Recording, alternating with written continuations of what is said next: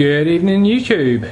This is a Monday night update, and well, I've got to start by saying thanks to everyone who's been watching, commenting, liking, subscribing. Last night was a bit of a roller coaster, lots of traffic, lots of visits. I gotta say a big thank you to Neil, DanElectro68, for the shout out he put on his channel. Man, he sent a lot of people my way, thank you. So to everyone who's watching, welcome, and I'll keep putting up new updates, so stick around, thanks. Just gonna talk a bit about the frustrating weekend I just had. I think I spent about half of it wandering around hardware stores, going from hardware store to hardware store. And the sad truth of it is that the compressor is still not hooked up. So, like I said, I'm quite frustrated, but I kind of have a bit of a plan. Just should have done a bit more research up front. So, here's what's going on. Number one, I couldn't find anywhere that stocks a jump hose to go from the compressor to the air filter in half-inch fittings. I just kind of assumed I'd be able to get a pre-made hose for that, and I haven't looked into what I need to do to make up my own hoses, where I can source compressor hose and fittings and clamps and all that.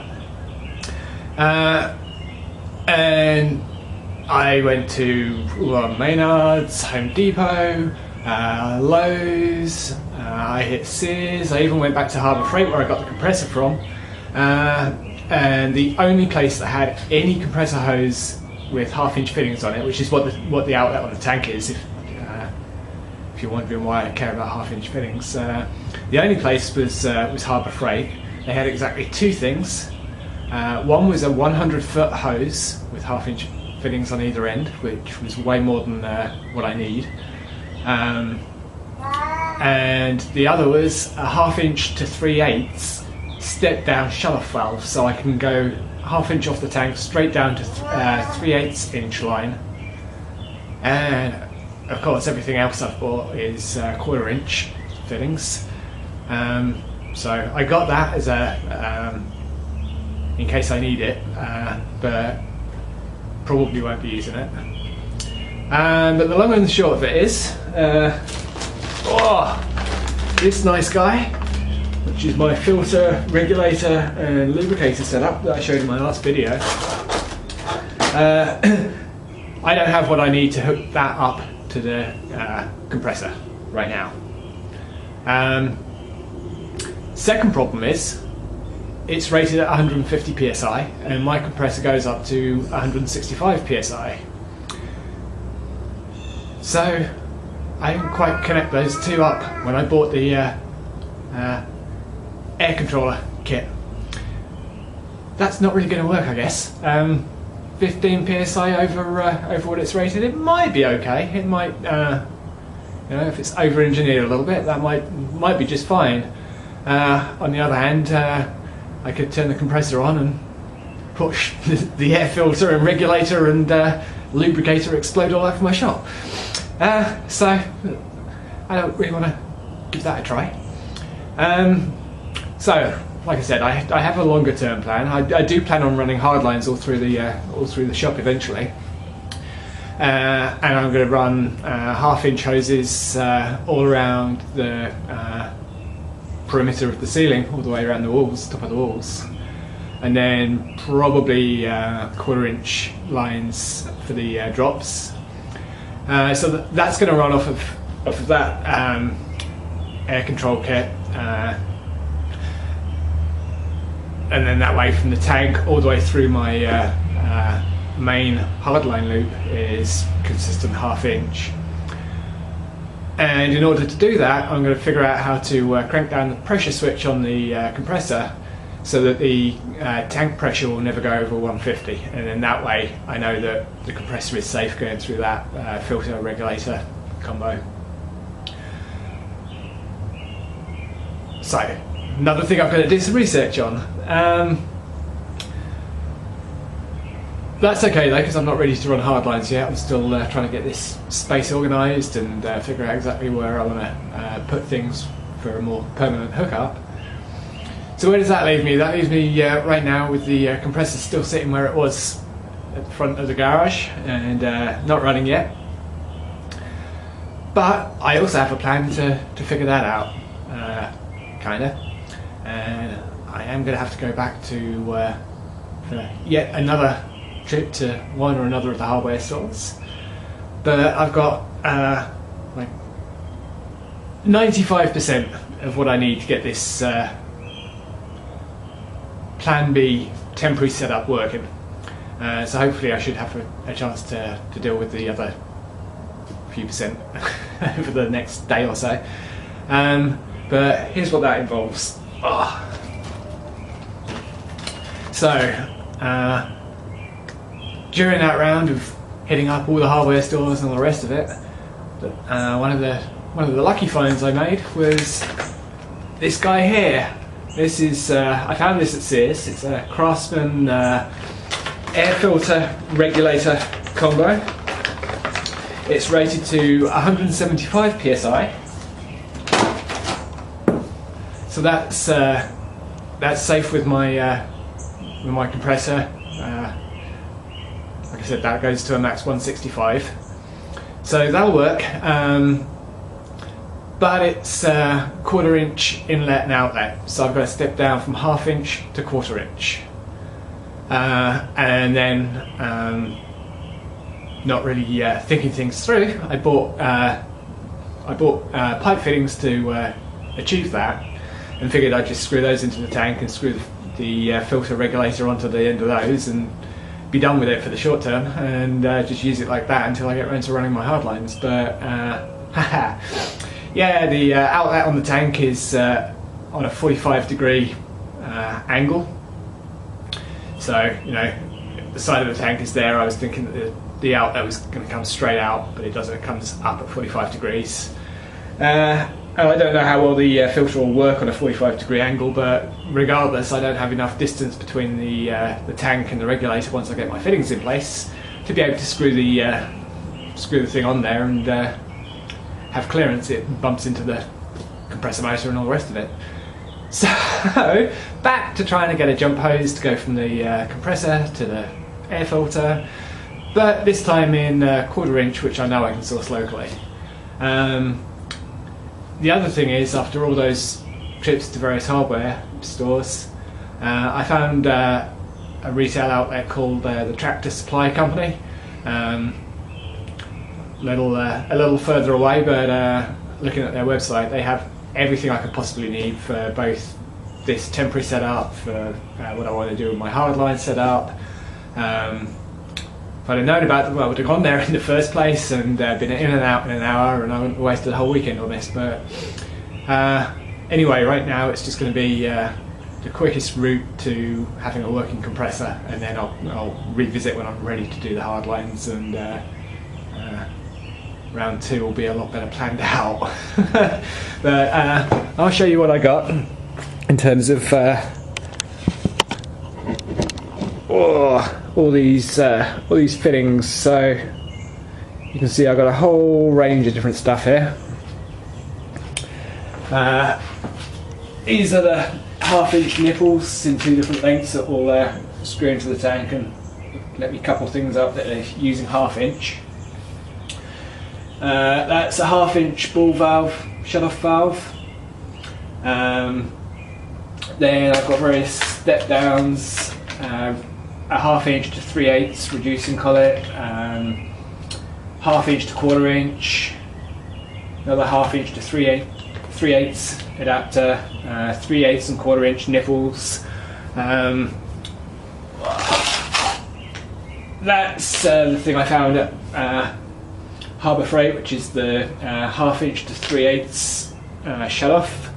That's actually a 3/8 shut off, which came with a 1/2 inch to 3/8 collet.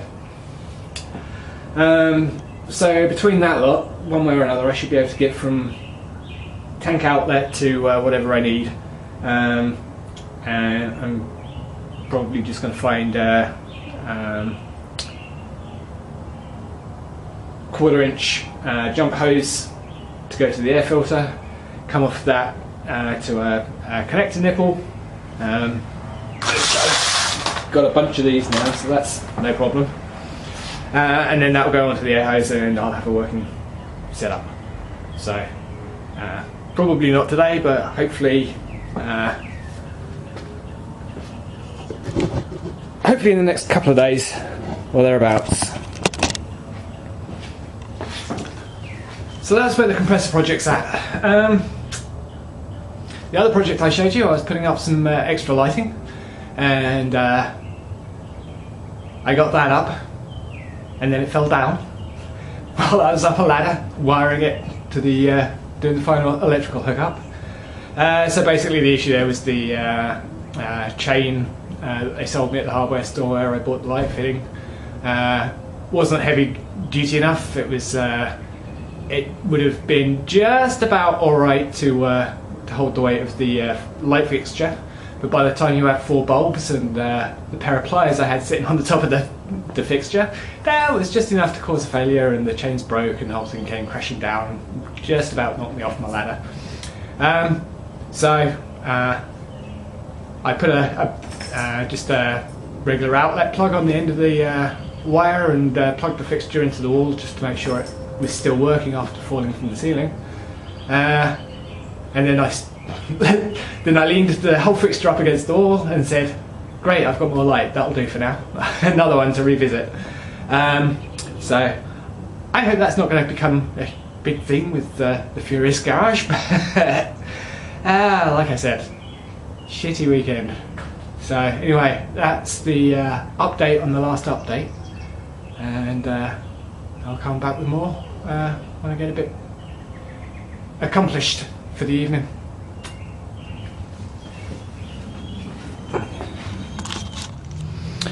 Aha! Forgot to mention when I was talking about running around all the hardware stores, and I said I stopped in at Harbour Freight on the basis that's where I got the compressor from. So while I was in there I checked out their clearance section, because why not, and score! Check this out.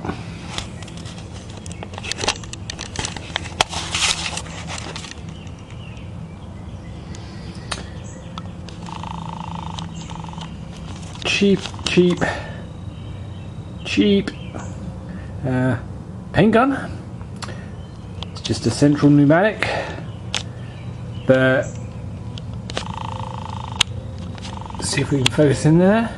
It was marked down.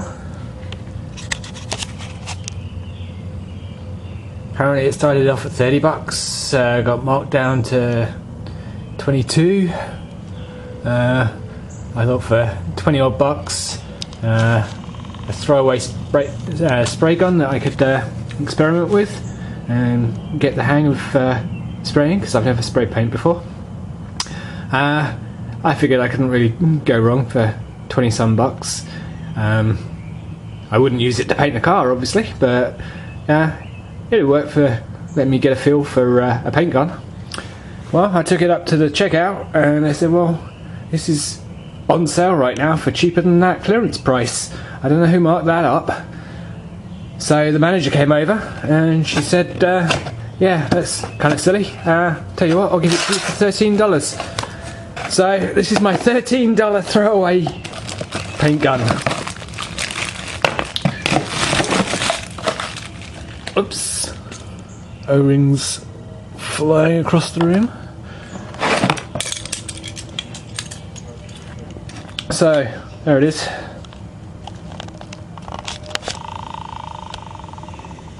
Whoa, this camera keeps zooming way after I let go of the zoom button. That'll take getting used to. Yeah, there we go. Cheapy gun.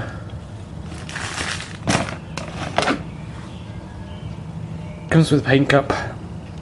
So, even if I throw the gun away, I guess that might come in useful. Don't know, I haven't really explored what else is in the box, but I guess some bits and pieces to help with cleaning and maintenance of the gun. Whatever. So that was a nice find. Sure, I'll get some use out of that, and clearance sale, silly stuff. Sandpaper, baby WD-40, whatever. One vaguely bright point out of the frustrated running around on the air compressor project. Thought I'd share that. Catch you later. So, what do you do when you have a frustrating weekend and you get nothing done that you wanted to get done, and all your projects are falling apart? Well, you kill the frustration by getting something accomplished. That's what I got accomplished. Tons of floor space cleaned up. So, it's still kind of a mess, still getting organised. But got a lot of stuff out of the way. Got a lot more room over here. And yeah, compressor may be stuck over there, but I almost have room to get over here and put it where it's gonna go. So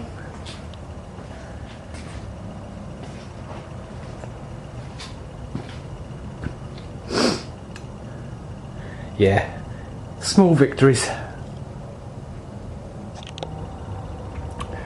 So, what do you do when you have a frustrating weekend and you get nothing done that you wanted to get done, and all your projects are falling apart? Well, you kill the frustration by getting something accomplished. That's what I got accomplished.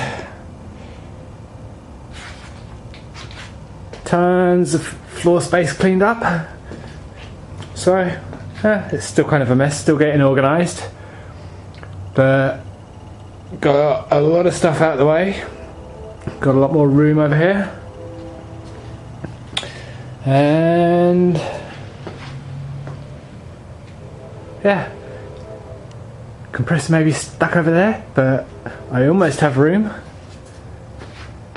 to get over here and put it where it's gonna go. So